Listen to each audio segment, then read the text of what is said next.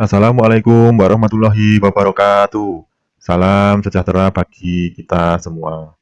Anak-anak, hari ini kita akan belajar tema 5, pahlawanku, subtematika pembelajaran yang ketiga, sikap kepahlawanan.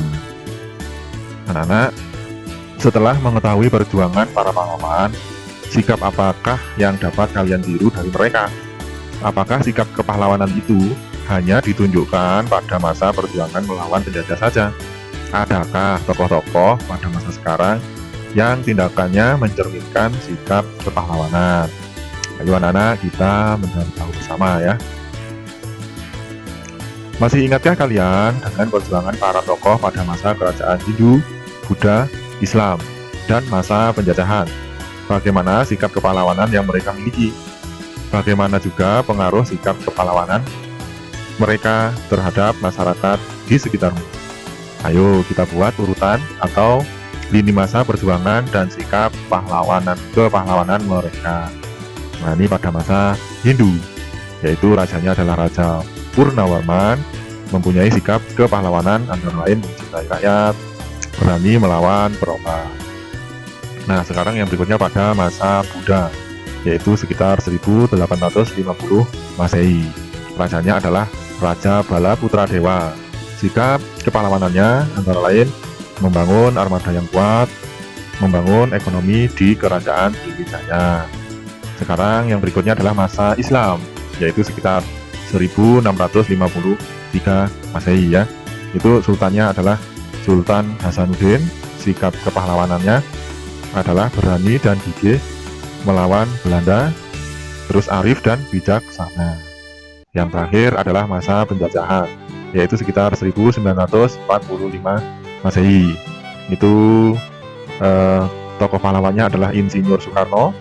Sikap kepahlawanannya adalah mengutamakan musyawarah untuk mufakat, berani dan rela berkorban demi negara.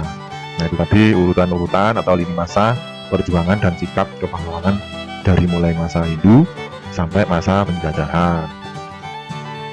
Nah, sekarang apa yang dapat kalian temukan tentang sikap kepahlawanan dari masa ke masa?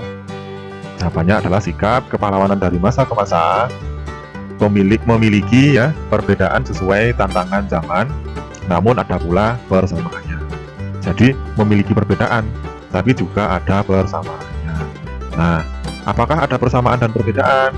Jawabannya adalah persamaannya adalah sama-sama berani melawan apapun yang merugikan masyarakat, baik dari penjajahan ataupun dari kelompok perompak. Itu persamaannya. Sekarang perbedaannya, memiliki kebijakan yang berbeda serta fokus dalam pembangunan sesuai kebutuhan zaman.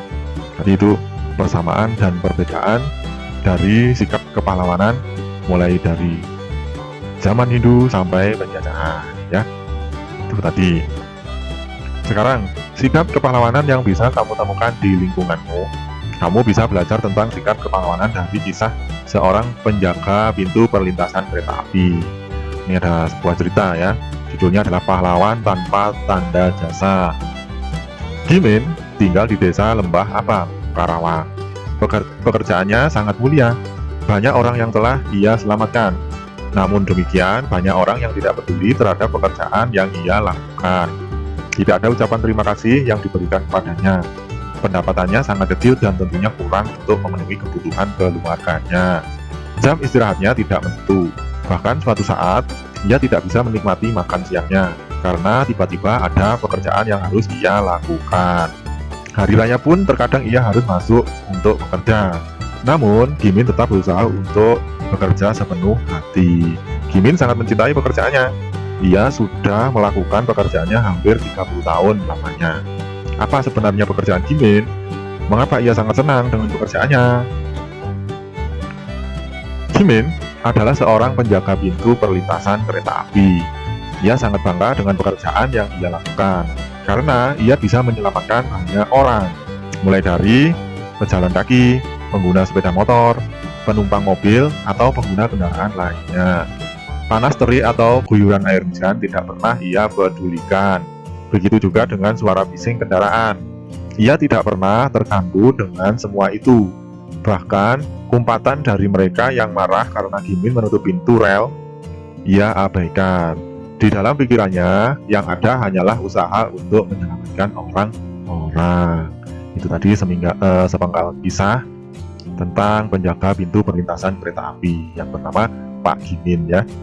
Jadi jasanya sangat besar tapi hanya orang yang tidak menyadarinya ya. Yang kita ketahui tentang sikap kepahlawanan dari penjaga pintu perlintasan kereta api apa ya kira-kira ya?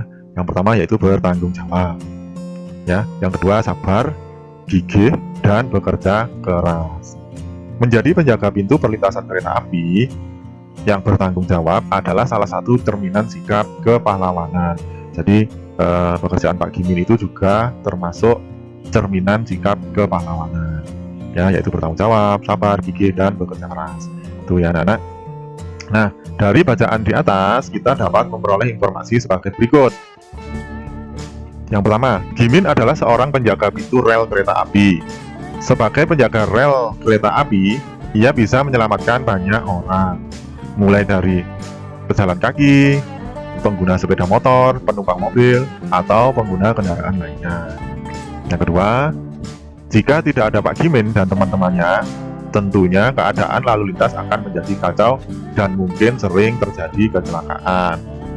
Nah, yang ketiga, sikap kepahlawanan yang ditunjukkan oleh Pak Gimin adalah bekerja keras, pantang menyerah, dan bekerja dengan sungguh-sungguh sesuai dengan keahliannya. Itu ya, informasi yang dapat kita peroleh dari bacaan yang di atas tadi. Oke.